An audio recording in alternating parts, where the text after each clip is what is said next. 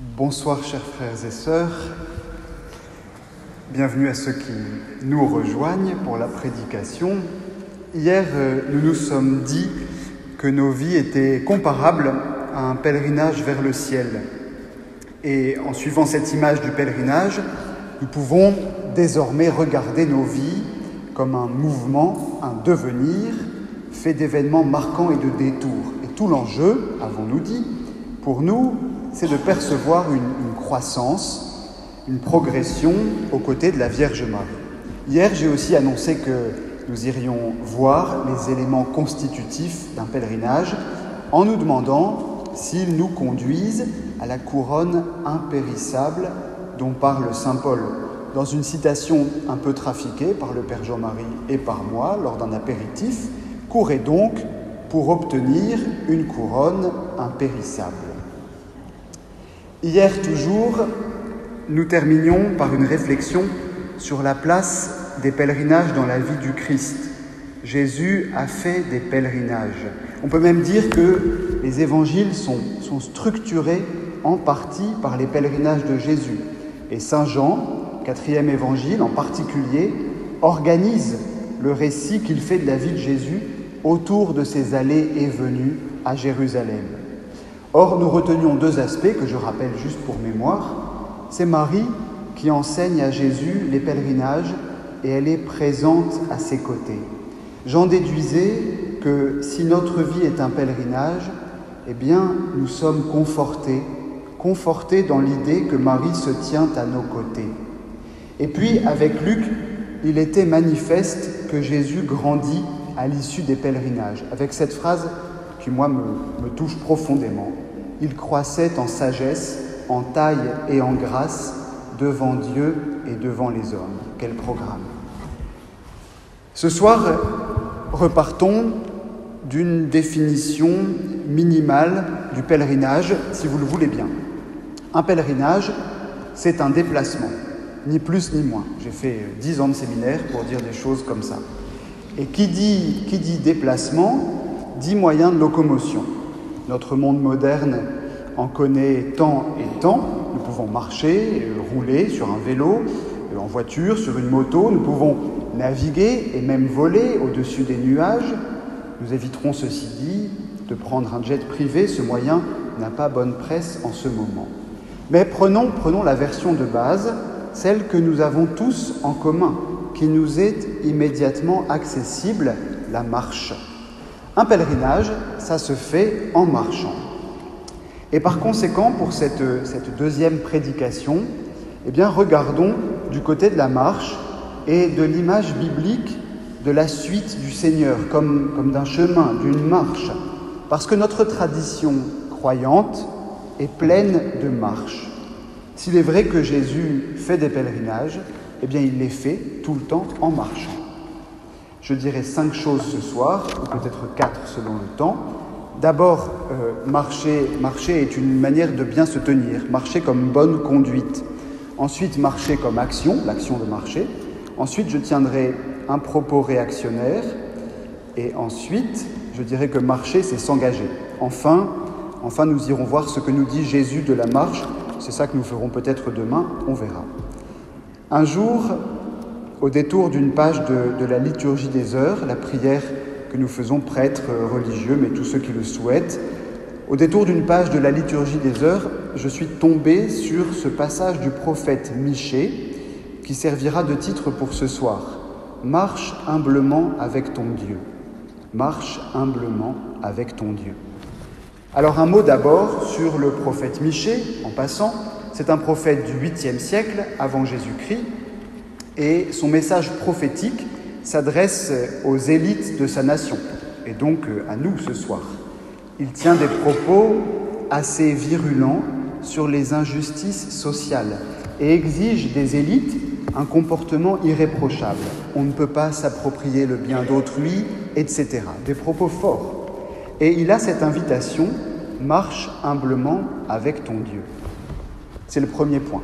Il s'agit du verset 8, c'est une citation du verset 8 au chapitre 6 de Michée, et je redonne le verset en entier. « Homme, répond le prophète, on t'a fait connaître ce qui est bien, ce que le Seigneur réclame de toi, rien d'autre que respecter le droit, aimer la fidélité et t'appliquer à marcher avec ton Dieu. Au passage, la mention de l'humilité a disparu, mais c'est le hasard des traductions. Marcher avec Dieu relève donc de ce qui est bien, de ce que le Seigneur aime et réclame, dit même Michée, au même titre que respecter le droit et aimer la fidélité.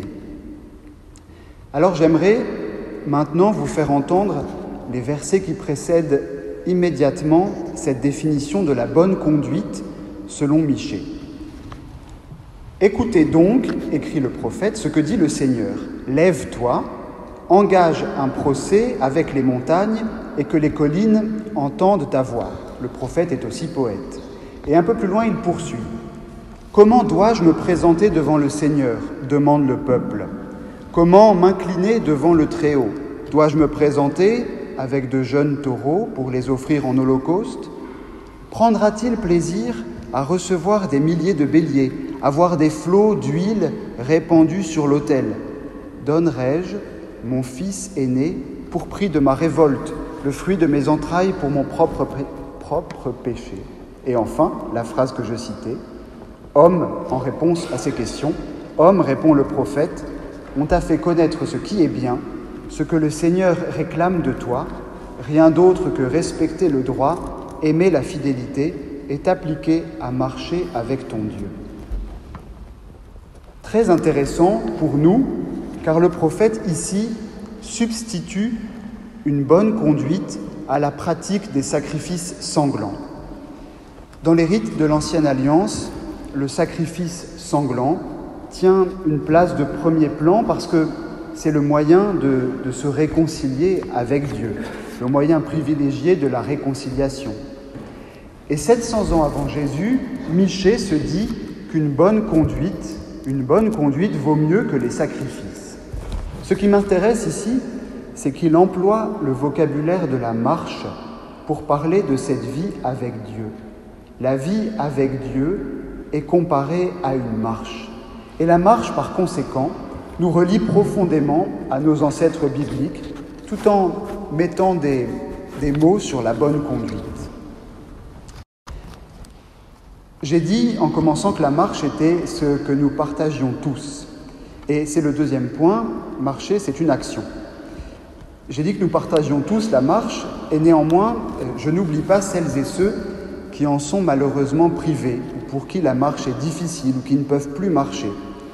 Et qui nous rappelle que l'un de nos plus grands maîtres spirituels, saint Ignace de Loyola, a vécu cette expérience d'être empêché dans la marche. À la suite d'une blessure, il s'est retrouvé incapable de marcher de longs mois durant. Il était même alité, je crois. Or, cette situation d'être empêché dans la marche a joué un très grand rôle dans son parcours chrétien, car c'est ainsi empêché qu'il a demandé qu'on lui procure quelques livres de chevalerie. Moi, quand j'étais empêché de marcher, il y a quelques mois, j'ai surtout regardé des séries, chacun son style. Et parce qu'il n'y avait pas de livres de chevalerie dans la bibliothèque familiale, il se tourne vers une vie du Christ et un florilège de vie de saints, une traduction de la légende dorée, faute de mieux. Lui qui rêvait de chevalerie lit des vies de saints et se met soudainement à désirer une telle vie, pas si éloignée d'ailleurs de celle d'un chevalier. Dans un livre récent, un peu léger, et que j'ai donc aimé, qui s'appelle « Il n'y a pas de cheval sur le chemin de Damas », Florence Delay raconte cette histoire de saint Ignace. Et voici ce qu'elle écrit, un petit passage. « En lisant, nous dit-elle, Ignace éprouva une dilection particulière, un plaisir particulier pour deux saints qui avaient fondé un ordre, François les franciscains, Dominique les dominicains. Et il se demandait, qu'arriverait-il si je faisais ce qu'a fait saint François, ce qu'a fait saint Dominique ? Et il s'encourageait. Saint Dominique a fait ceci, eh bien moi aussi je dois le faire. Saint François a fait ceci, eh bien je dois le faire. Il songeait aussi, poursuit Florence Delay, il songeait aussi à devenir ermite, à partir pieds nus à Jérusalem, se nourrissant d'herbes et subissant les épreuves qu'avaient subies les saints. » Fin de citation. Voilà ici ce qui m'intéresse. Ils songeaient aussi à partir pieds nus à Jérusalem, parce que manger des herbes, c'est un peu austère. Mais ils songeaient aussi à partir pieds nus à Jérusalem. Ainsi, celui qui voit sa vie se transformer sous l'action d'un fort courant de désir de sainteté trouve dans le pèlerinage à pied une manière immédiate de concrétiser ce changement. Nous voulons imiter les saints, nous voulons être saints à notre tour. Le pèlerinage à pied s'impose comme un moyen de marquer ce désir. Pourquoi cela ? Eh bien, peut-être, sûrement, parce que la marche symbolise remarquablement le fait de se lever et d'avancer par opposition à une situation bloquée et immobile. Marcher, c'est se lever et avancer. On peut y voir une description même assez précise du baptême et de la vie chrétienne. Se lever et avancer. « Lève-toi, prends ton brancard et marche », me rappelait hier soir Raymonde. Et c'est Jésus qui dit ça aux malades de la piscine de Bethzatha. Si notre vie tout entière est un pèlerinage, eh bien la marche en est alors le véhicule ordinaire et elle manifeste notre engagement. Marcher donc. Marcher, c'est un verbe actif. Et la vie spirituelle, la vie chrétienne, ne peut se résoudre à une attente passive, mal assise sur des chaises de paille tressées. Il y a une nécessaire mise en mouvement et une action. Être chrétien, c'est un fait qui dépend de notre baptême, ça ne dépend pas de nos actions. Mais néanmoins, que faisons-nous pour transcrire cet état de baptisé dans des actes ? Nous pouvons poser ainsi la question, comment par nos actes, marchons-nous avec Dieu ? Vous aurez peut-être remarqué, c'est le troisième point, c'est mon propos réactionnaire, enfin gentiment réactionnaire, vous aurez peut-être remarqué que ces derniers temps, les éditeurs publient volontiers des récits de marche. La marche, c'est un lieu commun de la littérature spirituelle et même de la littérature en général. Parmi les plus connus, ces dernières années, il y a Alix de Saint-André, une journaliste et romancière, qui raconte son pèlerinage à Compostelle dans un livre qui s'appelle « En avant-route ». Et elle y décrit notamment sa découverte de ce que la marche lui fait du bien. Plus récemment, Charles Wright, je ne sais pas bien comment on prononce ça, a fait paraître « Le chemin des estives », un livre que j'ai lu pour vous cet été, enfin aussi pour moi, et dont le succès ne se dément pas. Il y raconte son expérience de novice jésuite, et dans le noviciat jésuite, pendant un mois, à deux, ils doivent marcher sans rien emporter, en vivant de la providence, comme on dit, en sonnant chez les habitants pour se nourrir, pour dormir, pour se laver, etc. À la page 151 de l'édition en poche, Charles Wright écrit « C'est le 9e jour du voyage. Je sens que le chemin opère peu à peu en moi un travail de métamorphose. La longue marche n'est pas seulement un sport, c'est une ascèse, une hygiène du cœur, un chemin de transformation. Elle éclaire le regard, débarrasse des scories, débroussaille notre fouillis intime, fait venir à la vérité. Et puis, elle est le lieu, poursuit-il, où s'éprouve intensément la liberté libre, selon la belle expression d'Arthur Rimbaud. » Fin de citation. C'est vrai que la marche a quelque chose de thérapeutique. C'est vrai que marcher clarifie le regard. Pas plus tard qu'hier, j'étais un peu stressé, je suis allé marcher, et c'est vrai que ça fait du bien. Je vous invite volontiers à faire cette expérience de la marche qui fait du bien. Mais est-ce seulement de cela qu'il s'agit dans l'expérience biblique ? Est-ce qu'Abraham, au début de la Bible, se met en route pour guérir de ses démons intérieurs ? Cherche-t-il la vertu thérapeutique de la marche ? J'en doute, je suis même sûr que non. C'est ainsi que le si beau et si ancestral thème de la marche devient parfois un lieu commun du développement personnel. On parle alors de dépassement de soi, ou parfois aussi de se retrouver soi-même. Alors attention, je ne dis pas que ce serait mal ou négatif, mais ce n'est pas d'abord ce dont nous parlent les Écritures quand elles évoquent la marche des croyants. En suivant le Christ, en mettant nos pas dans les siens, cherchons-nous le dépassement de nous-mêmes. Je me dis qu'il y a un petit malaise avec cette perspective du dépassement de soi, parce qu'elle peut vite être comprise comme une victoire de soi sur soi. Et par conséquent, si l'on y prend garde, une manifestation de puissance, d'orgueil, je me suis dépassé, voilà, merveilleux. Ou inversement, le dépassement attendu consiste à laisser soi derrière soi, comme un chien qu'on abandonnerait sur la route des vacances. Méfiance si le dépassement de soi devient une idéologie. Méfiance devant ce qu'elle recèle de nombrilisme d'un côté ou de fuite de l'autre. Nous autres croyants préférerons peut-être la catégorie du don de soi, de l'engagement de toute notre personne à la suite du Christ. Saint Augustin, dans le Sermon 48, que je n'ai pas lu, sinon la citation que je vais faire, commente le passage de Michée que nous avons lu tout à l'heure, et il pose cette question. « Tu demandais ce que tu pourrais offrir pour toi, offre-toi.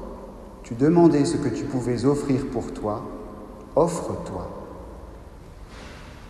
C'est ainsi que la marche dit quelque chose de notre engagement à la suite du Christ. « Viens et suis-moi », dit d'ailleurs Jésus à ses disciples.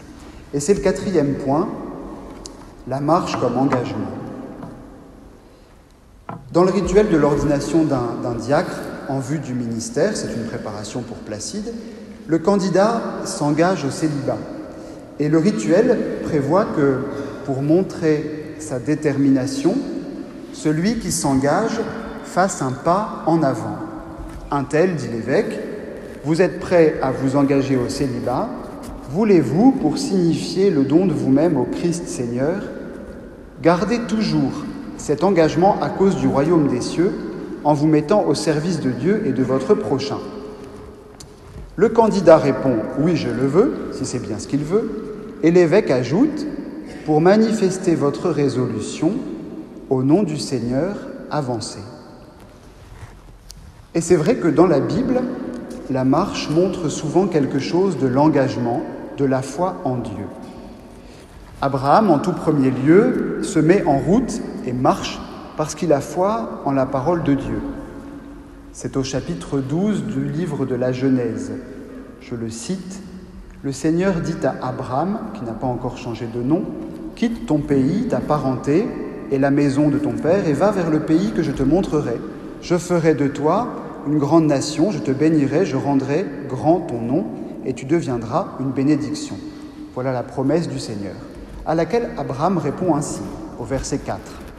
Abraham s'en alla, comme le Seigneur le lui avait dit, et Lot s'en alla avec lui. Il prend tout le monde, et le texte nous dit « Ils se mirent en route pour Canaan, et ils arrivèrent dans ce pays. » Voilà une manière de manifester la foi en Dieu. Moïse, de son côté, avec le peuple hébreu, Moïse et le peuple hébreu marchent dans le désert. On sait bien tout ça. Au chapitre 15 de l'Exode, on nous dit « Moïse fit partir les fils d'Israël de la mer des roseaux, et ils sortirent en direction du désert de Chour. Ils marchèrent 3 jours à travers le désert sans trouver d'eau. » J'arrête ici la citation, mais à la fin, ils trouvent de l'eau. Le fait est qu'ils marchent. Ils marchent libérés et à la parole, à la demande du Seigneur. Jésus lui-même, c'est le 5e point et dernier point, Jésus lui-même marche. Nous l'avons dit suffisamment hier, on a dit qu'il faisait des pèlerinages. Alors que nous dit Jésus de la marche ? Eh bien, ce qui me semble intéressant, c'est que la marche est la forme que Jésus donne à la mission confiée aux disciples. Jésus confie la mission aux disciples et donne à la mission la forme de la marche. Il les envoie à pied à travers le monde. Et ce qui est intéressant, c'est que la marche, ce que je viens de dire, est la forme donnée par Jésus à la mission. On trouve ça au chapitre 10 chez Luc, un texte que nous connaissons mais que je redis, il est un peu long, attention, préparez-vous. Après cela, parmi les disciples, le Seigneur en désigna encore 72 et il les envoya 2 par 2 en avant de lui, en toute ville et localité où lui-même allait se rendre. Il leur dit « La moisson est abondante, mais les ouvriers sont peu nombreux. Priez donc le maître de la moisson d'envoyer des ouvriers pour sa moisson. Allez, voici que je vous envoie comme des agneaux au milieu des loups. Ne portez ni bourse, ni sac, ni sandales, et ne saluez personne en chemin. Mais dans toute maison où vous entrerez, dites d'abord paix à cette maison. S'il y a là un ami de la paix, votre paix ira reposer sur lui, sinon elle reviendra sur vous. Restez dans cette maison, mangeant et buvant ce que l'on vous sert, car l'ouvrier mérite son salaire. Ne passez pas de maison en maison. Dans toute ville où vous entrerez et où vous serez accueillis, mangez ce qui vous est présenté. Guérissez les malades qui s'y trouvent et dites-leur, le règne de Dieu s'est approché de vous. Écoutant cela, que pouvons-nous en extraire ? D'abord que marcher est un état entre mouvement et repos. C'est une drôle de phrase, mais allez, allez, dit Jésus avec un point d'exclamation. Mais plus loin, il conseille de rester dans la maison où l'on reçoit du repos. On le sait bien, nos vies ne peuvent consister en un mouvement perpétuel, gare à l'activisme. Et inversement, le repos éternel, on connaît l'expression, n'est plus la vie. Premier conseil de Jésus, donc, en quelque sorte, comme il l'a vécu lui-même, alterner action et repos. C'est ça marcher, c'est ça la mission, entre action et repos. Et je me dis ici que c'est l'un des rôles de la prière dans nos vies, ce repos auprès du Seigneur. Évidemment, la prière, c'est le dialogue avec Dieu, c'est le rassemblement de la communauté, mais c'est aussi une forme de repos avec le Seigneur. N'hésitons pas, si nous le souhaitons, à faire une retraite dans notre vie, dans notre année.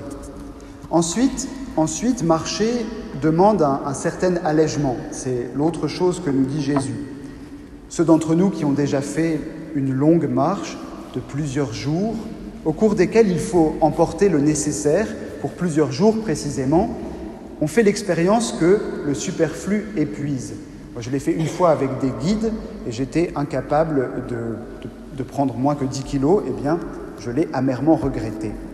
Cette réalité physique que le superflu nous épuise, recouvre une profonde réalité spirituelle.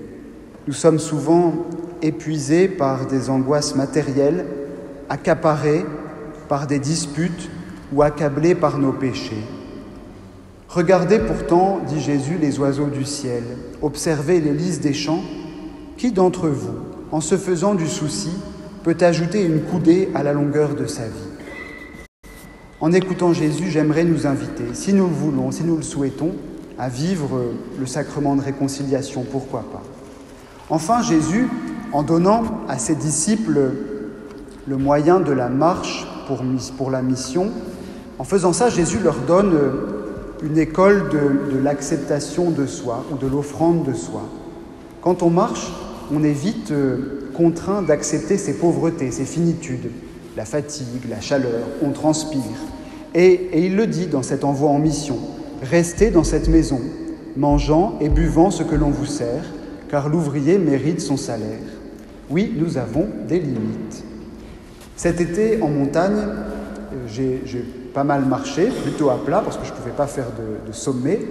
Et je me suis aussi acheté de nouvelles lunettes de soleil, qui sont très belles, que j'aime beaucoup. Le lendemain, je pars marcher avec mes lunettes de glacier, qui sont vraiment très chic. Les gens se voient en reflet dans le verre. Et je dois confesser que j'étais très fier de mon allure. Arrivent en face de moi d'autres marcheurs, et je me surprends à gonfler les pectoraux, enfin, le peu que j'ai, très heureux de mon effet et de mes nouvelles lunettes. C'est alors que j'ai buté sur un petit caillou du chemin. Rien de grave, je ne suis pas tombé, mais je me suis retrouvé, vous savez, projeté en avant dans ce mouvement un peu lamentable quand on bute sur un petit caillou. Après coup, sur le coup, j'ai été humilié. Après coup, ça m'a fait rire, je me suis dit que le chemin, la route, me remettait à ma place. En conclusion, frères et sœurs, nous aurons compris que la marche est l'état de base du croyant. Le croyant marche et ainsi manifeste son engagement à la suite du Christ. La marche est même l'image des actes que nous posons en cohérence avec notre foi. Et puis surtout avec Jésus, la marche est mission. À tel point que Charles Wright, l'auteur déjà cité, dans le livre déjà cité, a cette belle formule. À quoi servent les pèlerins ? Quelqu'un a dit qu'en plantant la pointe de leur bâton sur le sol, ils faisaient tourner le monde. Marcher n'est pas une fuite en avant, mais l'engagement des chrétiens à la suite du Christ. Problème ici, chers frères et sœurs, à Valenciennes, lors du Saint-Cordon, nous tournons en rond.